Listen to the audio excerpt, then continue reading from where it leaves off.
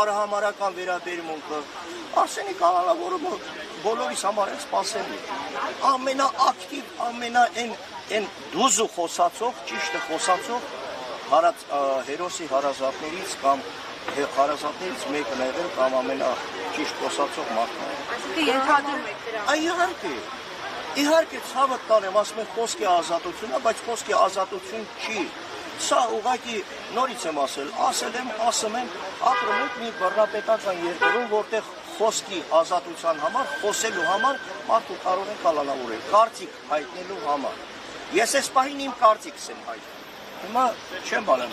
այդ կարծիքը կալանավորման ենթակա է, թե ենթակա չի։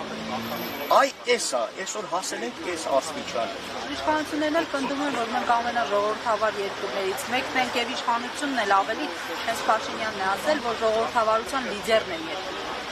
Հիմա այս մարդկանց ասածները ես առհասարակ չեմ ուզում լսեմ ու չեմ ուզում իրանց ասածներին արձագանքեմ, բայց այս մարդիկ ինչ են ասում այն բոլորը մեղավոր են։ Ես միշտ էլ ասել եմ գալու է մի ժամանակ, որ ասել են դուք սխալ եք դաստիարակել ձեր տղաներին,